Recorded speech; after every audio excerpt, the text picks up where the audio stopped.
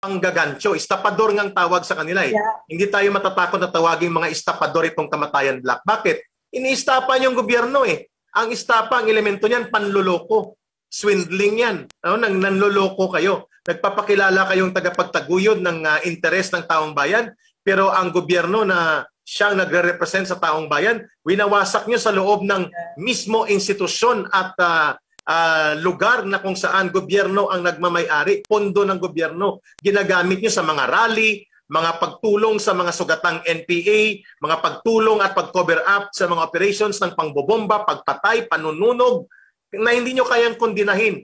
Doon kayo nagagalit kay Pastor. Doon kayo nagagalit sa SMNI. Doon kayo takot kung bakit may SMNI na lumantad at nanindigan upang tulungan ang National Task Force to end local communist armed conflict. Kasi gusto nyo, hindi ito mapakinggan ng mga mamamayan. Tama ka, Yusek Lorraine.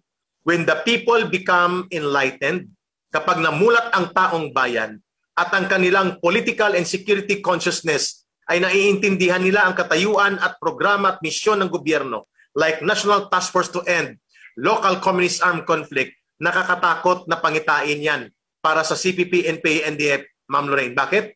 Kasi wala silang maluloko na, magiging makitid at mababaw na ang kanilang tusok sa pagre-recruit ng mga sektor at hindi na nila mabubulatik at masusulsulan ang taong bayan para mag-armas, mag-alsa at pabagsakin ng gobyerno at samahan sila sa pagtatayo ng komunistang lipunan sa ating bayan. Kaya talagang hindi na ito magtatagumpay. It's now a question on the part of the people in the government, when do we deliver the final blow against them? At itong SMNI, Laban Kasama ang Bayan, is part of the final blow preparation para durugin ng lubusan ang komunistang terorismo na pinapakalat ng CPP, NPA, NDF na pinaninindigan at sinusuportahan nila Arlene Brosas. Hindi na kayo makakabalik pa muli sa loob ng gobyerno namin.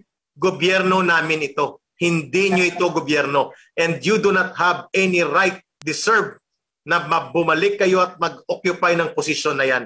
We will see to it that we will campaign hard, very, very hard, kasama ang grupo ni Pastor Kibuloy, Laban Kasama ang Bayan, SMNI, NTF-ELCAC. We will make sure na hindi nyo na pwede apak-apakan ang kamulatan at desisyon ng taong bayan pagdating sa halalan sa 2022.